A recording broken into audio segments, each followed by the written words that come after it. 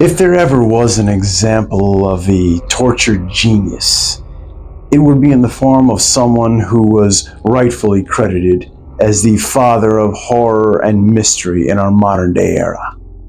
A man whose mind was swimming in the notions and ideas of the grotesque and the macabre.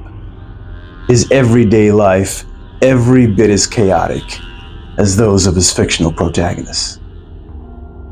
However, instead of battling some supernatural entity or weaving his way through a twisted maze of murder, this old world gentleman battled the real-life demons of tragedy, disease, and abandonment. His everyday life an unending odyssey of just trying to seek acceptance from the harsh realities of the everyday world. Ladies and gentlemen, Penalty of Death Productions is proud to present to you the life and times of the master of horror, the proverbial GOAT in every sense. This is the one and only Edgar Allan Poe.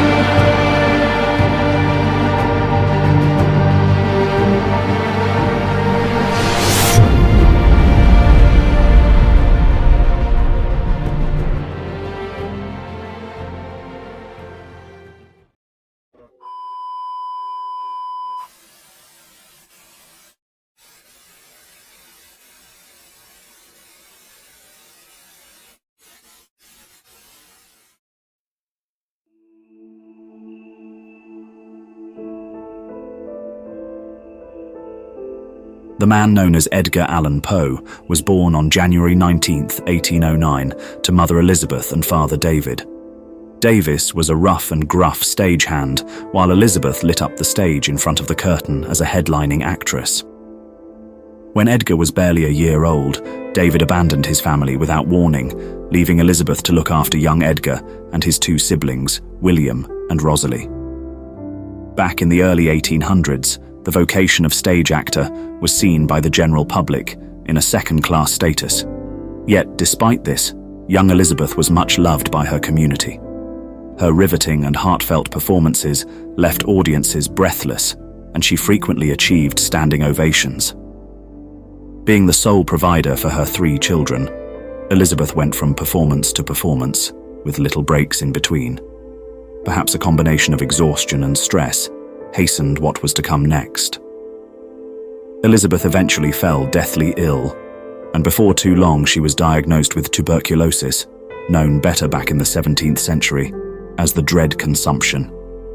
It was the one disease that loomed over Poe like a foreboding shadow of doom his entire life. He would eventually lose 2 mothers, a brother, and even his beloved wife to the devastating illness. When Elizabeth finally succumbed to her plight, she bid all of her children a tearful farewell, and although young Edgar was only 2 years of age at the time, this is probably the one memory that seared into his mind the rest of the time he would spend amongst the living. After his mother's passing, little Edgar and his siblings were split apart and sent to different foster homes. Edgar was eventually taken in by John and Frances Allan, Mrs. Allan herself, a self-professed fan of Elizabeth Poe. While Frances showered Edgar with attention and sympathy, John, on the other hand, always looked upon Edgar with subtle disdain, his choice to take the boy into his home, perhaps nothing more than an attempt to appease his doting wife. Poe and John Allan would spend the rest of their days as familial adversaries. Despite his mixed and contentious home life, Poe developed into a well-schooled and athletically gifted young man. At the age of 15, Edgar performed one of his greatest physical feats by swimming 6 miles against the current of the James River that earned him much acclaim around Virginia. As he continued into his teens, Poe developed what many scholars consider his first boyhood crush. The subject was a woman named Jane Steinard, who happened to be the mother of a close friend of Edgar's.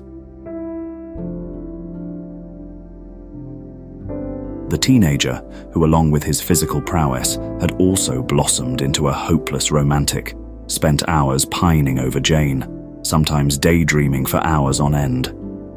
This obsessive affection would become a hallmark for Poe's later romantic relationships.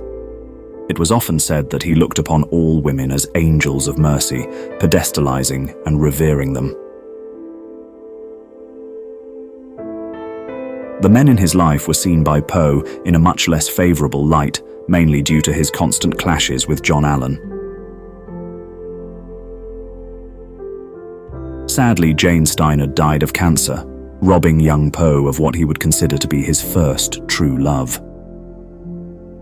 Not too long after Jane died, Frances tearfully revealed that she too had been stricken with consumption, leaving Poe utterly devastated. Throughout her long bout with the illness, the rift between Poe and Mr. Allan only widened. John would frequently neglect his ailing wife, going so far as to conduct several extramarital affairs, while Frances crept closer and closer to death. This earned Allan the eternal ire of Poe, who vowed to never forgive the humiliation that John would routinely subject his wife to. The tension between Poe and Allan grew so severe that John ultimately sent his foster son away to the University of Virginia. Edgar objected, but was threatened by John that if he did not leave, he would be cut off from the family fortune permanently. Finally, seeing no other choice, Edgar relented. But John Allan was no one to be trifled with. He sent Edgar with just enough money to make the trip, with very little remaining for much of anything else. Poe's time at the university was fraught with hardship. Although the young man got along well with his classmates, the school in the early days of the 1800s was quite a dangerous place. Gangs of unruly young men wreaked havoc on the grounds routinely, and it is even rumored that one of the professors was viciously murdered by a disgruntled student. During this time of uncertainty and urgency, Edgar stumbled upon another long-dormant talent. As well as being a captivating poet, Poe was also an exceptional artist. This did little to provide for his more immediate needs, namely food and clothing, since Allan provided him with nothing more than train fare. Poe routinely used the wood from the furniture in his dorm room to burn as kindling just to keep from freezing.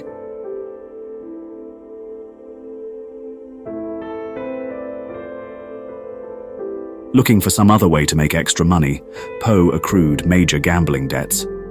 He was faced with a choice: pay up or be thrown into debtor's prison. Poe looked to Allan for some relief, but John Allan refused to cover his debts, essentially throwing young Edgar to the wolves. Poe fled the university under cover of night and belatedly joined the army out of desperation. During Poe's short enlistment of only 2 years, he learns that Frances Allan had died of her tuberculosis, once again emotionally gutting the young Poe. It was at the onset of Frances Allan's death that Edgar and John parted permanent company, the former vowing to venture out into the world and never look back. During this time of painful personal growth, another passion of Edgar's was steadily rising. He was desperate to get pen to paper and bring his wellspring of imagination to life. It was a fire that simply could not be extinguished.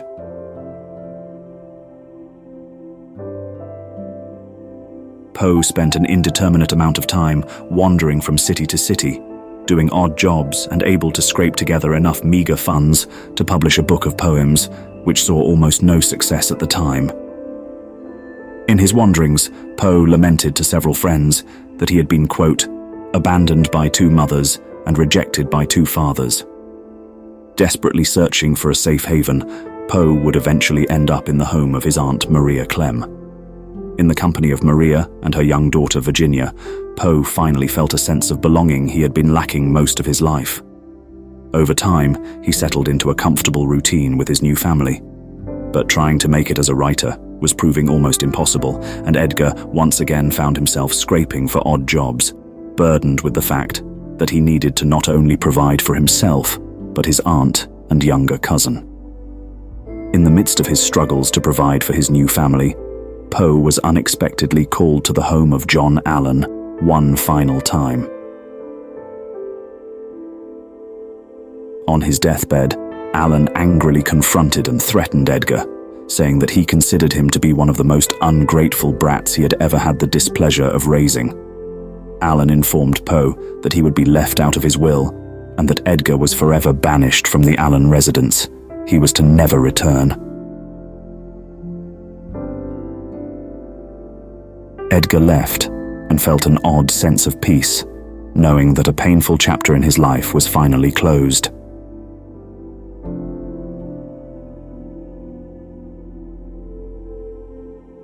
Later in 1835, Poe secured the position of chief editor at the newly created Southern Literary Messenger. At this point, Poe had churned out a number of his more famous stories, including The Telltale Heart and The Mask of the Red Death. Poe hoped this position as editor would get him one step closer at publishing success. Although he was successful at his duties, Poe would often time clash heavily with his superiors, and his work life was tenuous at best. Edgar also earned a reputation as being a scathing critic of other contemporary authors, including that of Henry Longfellow. It was always speculated that Poe's skirmishes with a multitude of other writers stemmed from his deep-seated hatred of John Allan. Poe's time at the Messenger took him away from the Clem home for many weeks at a time, and it was during one of these furloughs that Edgar received troubling news from his Aunt Maria. Mrs. Clem informed him that she was contemplating sending Virginia away to live with relatives because of the family's financial hardships. This sent Poe into a frenzy, for he admitted, somewhat disturbingly, that he had indeed fallen in love with his 12-year-old cousin. He pleaded with his aunt not to go through with it, even threatening suicide if she deemed to send Virginia away. After a good round of convincing, Maria relented and allowed Virginia to stay. After a long family discussion, Maria consented for Virginia and Edgar to be married. Virginia's name and age were falsified to avoid scandal. Even though it wasn't as bad as sibling incest, marriage between first cousins, although practiced, was still frowned upon by larger society, although it was more common in some regions than others. Despite the curious, and some would say, off-putting nature of the marriage, Edgar and Virginia were, by all accounts, a happy and devoted couple. Poe displayed the acumen of a loyal and affectionate husband. Now sporting a wife to support, Poe sought better employment, as he was just barely able to make ends meet with his job at the Messenger.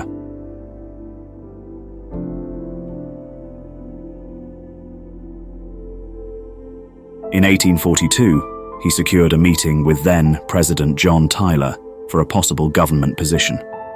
Inexplicably, he showed up to the meeting drunk and disheveled, and further ruined his chances by trying to solicit a magazine subscription from President Tyler. He would later lament to Virginia that he felt some deep-seated drive to self-sabotage, almost as if he was afraid of true success.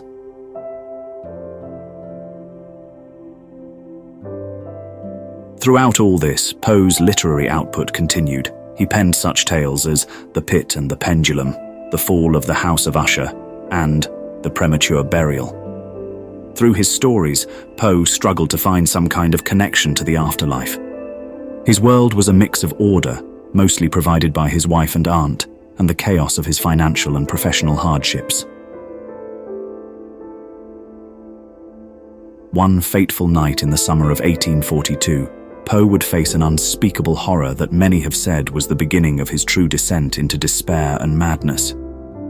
During a piano recital at the Poe residence, Virginia began to cough up blood, a grim sign that she too had been stricken with the dread scourge of consumption. It was as if the universe itself was mocking Poe, gleefully disdainful at his attempts to live any kind of a happy life. For the next 5 years, Virginia battled the disease, only her youthful state, allowing her to last as long as she did. Poe entered a state of miserable depression as he struggled to alleviate and make his wife comfortable. However, ironically, it was during this time of immense personal torment that Poe would achieve his highest acclaims of literary success.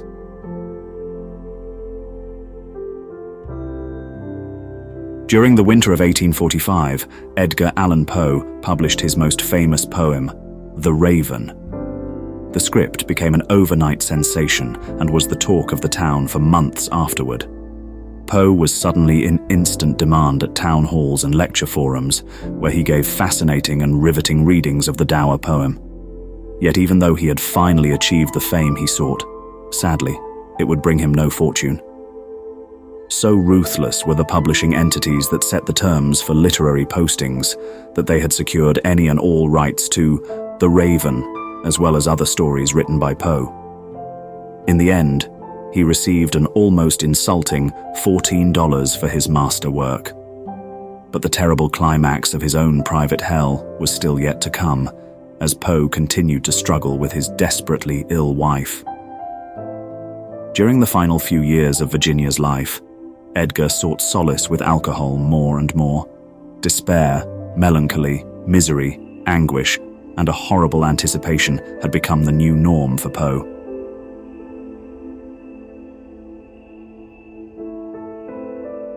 Finally, on January 30th, 1847, Poe would suffer his ultimate defeat. His wife Virginia passed away at only the age of 24.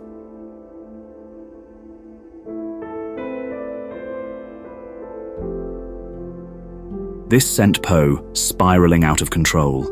He would be heard on ever the countless night weeping at his wife's gravesite. Poe would only outlive his wife for another 2 years. That time, a mix of debauched alcoholism and rage-filled despair.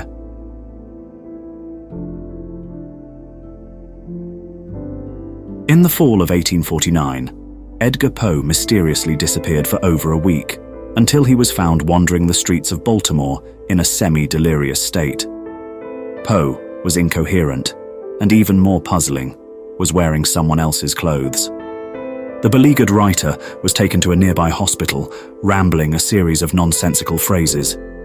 He repeatedly referenced the name Reynolds, and it said that his final words were, "Lord, help my poor soul."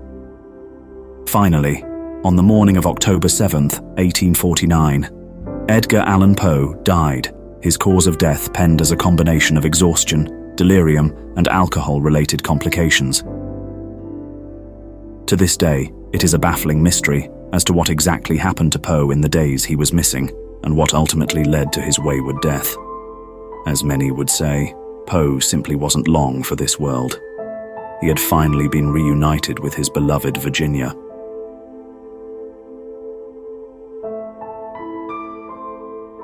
Now, it's in my humble opinion that the world owes a great debt to the works of Edgar Allan Poe. His was a case of art imitating life. Or rather, was it the other way around? Now, maybe that's a metaphysical conversation best left for another time. However, As always with these biopics, we've one last bit of business to attend to. What are my personal favorites in the body of work of Edgar Allan Poe? These are my top 5 stories and poems from the granddaddy of mystery. Enjoy.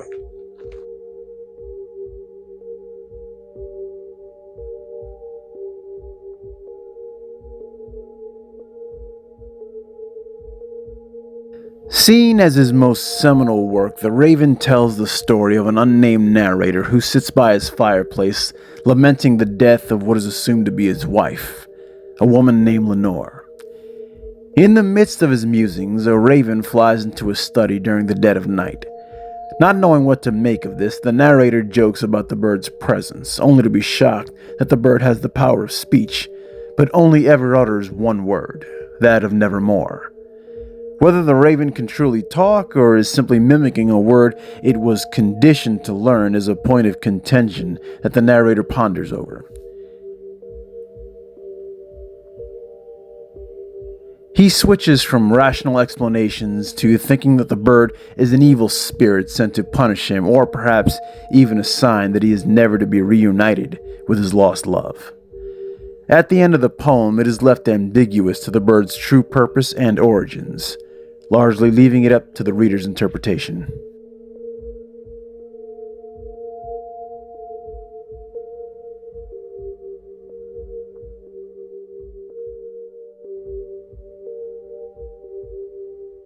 Again, an unnamed narrator arrives to aid his friend, one Roderick Usher, who is suffering from a mysterious illness that has afflicted both Usher and his sister Madeline.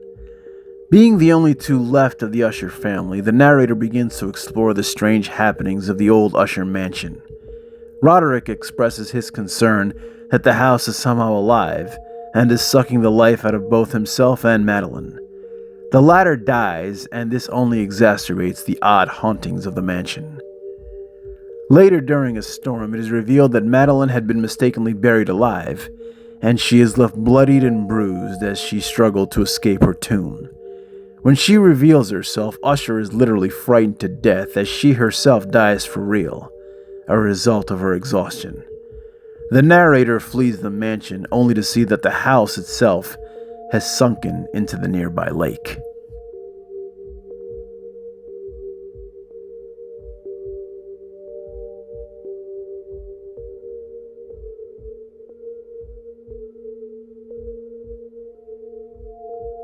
Our main protagonist, a man named Prince Prospero, has walled himself and his elitist guests in an ivory tower abbey. They are trying to shield themselves from an enigmatic plague that is killing the peasantry down below. The prince and his guests are indifferent to the commoners' sufferings and intend to wait out the plague in luxury, believing themselves to be completely safe. During a lavish ball thrown by Prospero, he attempts to entertain his guests with a number of brightly colored rooms. During the festivities, several guests notice a frightening Grim Reaper-like entity dressed in a blood-spattered robe, haunting the outer rooms. Prospero is enraged that someone has entered his abbey without permission, and he pursues the phantom. Suddenly he falls dead, the other guests swarming in to tackle the entity. To their horror, they find that there is nothing underneath the mask and robe, and too late realize that this was a demonic personification of the very plague they sought to escape. One by one, they succumb to the horrible disease.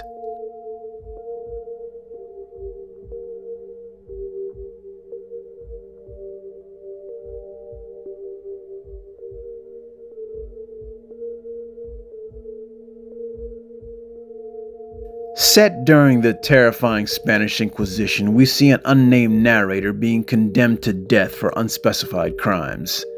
He faints and awakens in a pitch-black chamber. Exploring the chamber, he finds that he is unable to escape. After fainting a second time, he finds himself strapped to a wooden frame with an enormous razor-tipped pendulum slowly making its way down to eventually kill him. He engineers a narrow escape by using the aid of the various rats that scurry about the dungeon-like chamber. To his horror, the walls begin to close in, and he almost falls into the gaping pit at the center of the chamber. Just before he falls in, an arm grabs him, pulling him to safety. This is the French cavalry, and the Inquisition has fallen into enemy hands.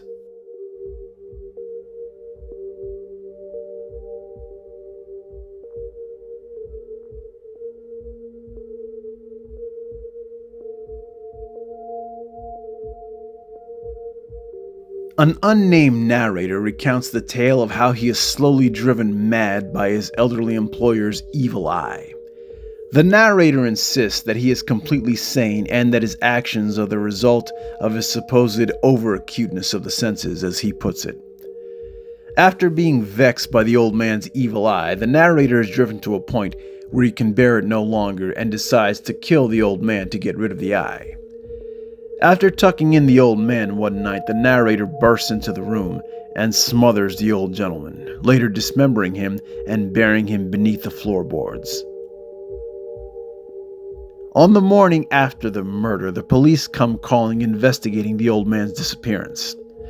While trying to mislead them, the narrator swears he hears the sound of a disembodied beating heart that slowly starts to drive him mad once again. In a fit of rage and guilt, he admits that it was he that killed the old man to get rid of the evil eye. In actuality, just a benign glass eye that the narrator mistook for something supernatural. I don't think it has to be stated what an indelible mark the works of Poe had on my own life. He seemed to mix the dreary and the macabre with the deeper questions of life and death. His nightmares fed my imagination, along with millions of others. His short stories and poems have been translated into almost every language the world over, and I think we've become a more insightful society because of that. Edgar Allan Poe was a mirror into a tortured psyche, but acted as a reflection of the dark underpinnings that we all have. Now the bigger question is, can we come to terms with what Poe so boldly laid bare? I'll leave you with this quote and let you decide. Nothing further had he uttered, till a feather that he fluttered, till I scarcely more than muttered, other friends have flown before. On the morrow he will leave me, as my hopes have flown before. Quoth the raven, Nevermore. This has been Penalty of Death Productions. I'm Chris, and of course, as we always say around here, question everything and trust no one. Till next time.